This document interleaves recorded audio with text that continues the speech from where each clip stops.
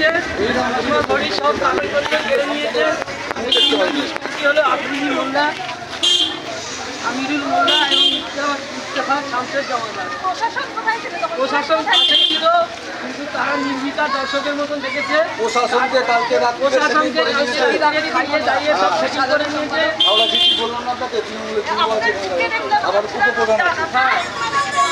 কালকে রাত্রিরে সেটিং করেছে কেন্দ্রীয় বাহিনীতে, মদ মাংস এমনকি প্রস্টিটিউট করা আছে একটা পাশে, সে ব্যবস্থাও করে সেটিং করে নিয়েছে।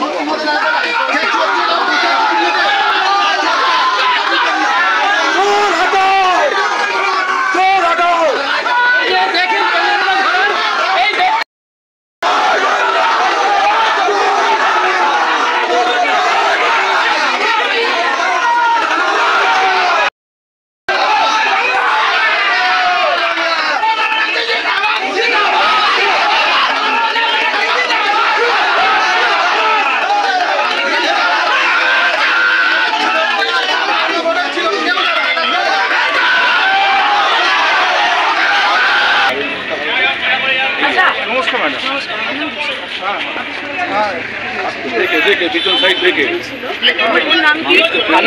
আলী হোসেন গাজী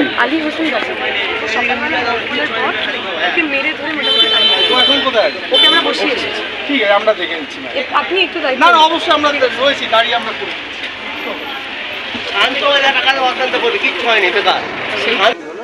তারপরে আমাকে মক্কল হয়ে যাওয়ার পর ভোট আরম্ভ হওয়ার আগে দুষ্কৃতীরা সব বাইরে কেটে বার করে রাস্তা কেটে মারলো, সে কাগজপত্র ছেড়ে দিল, 10 মাস ঘড়ি সব ভেঙে দিল, কাগজপত্র সব নিয়ে চলে এসেছিল।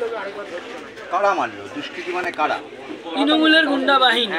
তো 3টে নাম বললাম, আফ্রিদি মোল্লা, বিরজু জমাদার আর শামিরুল জমাদার। তারা মারধর করলো।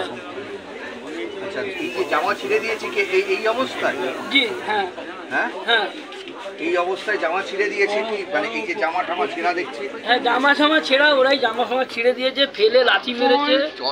এখানে চোট লেগেছে, কানের দিকে চোট লেগেছে, সব চোট লেগেছে। তা আপনি কি পাচ্ছেন? তৃণমূল এখানে এত কল্যাণ করেছে, এত মানুষের কাজ করেছে, এদের সব রাস্তায় দাঁড়িয়ে বলছে সিপিএম জিরো। সিপিএম যখন জিরো, সিপিএম এর এজেন্ট বসে তো ভয় কিসে? আমরা তো শূন্য, আমরা তো ভোট পাবো না। তাহলে সিপিএম এর যদি এজেন্ট বসে তো ভয় পাচ্ছ কেন? আপনারা জানেন হয়তো এখানে যখন পঞ্চায়েত নির্বাচন হয়েছে 300 ভোটে আমরা লিড করছিলাম, আমাদের সেই ব্যালট পেপারের মধ্যে জল ঢেলে দিয়েছি। 120টা ভোট পেয়ে এখানে সব পঞ্চায়েতের নেতা হয়েছে, একটাও এখানে যোগ্য নয়। সাধারণ মানুষ এদের কাউকে ভোট করেনি, এরা পেশির জোরে গুন্ডামি করে এখানে পঞ্চায়েত নির্বাচন করেছে। সব পঞ্চায়েত সমিতির সদস্য, পঞ্চায়েত মেম্বার সব হয়েছে। ওরা ভেবেছিল এইবারের নির্বাচনটাও সেভাবে করবে, আমরা সেভাবে হতে দেবো না। উনি রাজি হয়েছে, ওনার শরীর ভীষণ খারাপ, আপনি দেখতে পাচ্ছেন, একজন বয়স্ক মানুষ, তাকে ওইরকমভাবে ফেলে মেরেছে।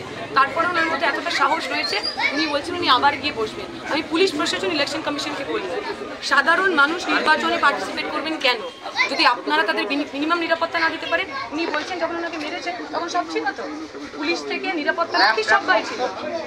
এই যে একটা বেসিক থাকবে না, আমার সামনে একটা লোককে ফেলে মারছে, সেখানে পুলিশ রয়েছে, এত বড় বড় তাদের বন্দুকগুলো কিসের জন্য? শো অফ করার জন্য নাকি কোথাও আক্রমণ হলে সেটাকে রেজিস্টার করার জন্য?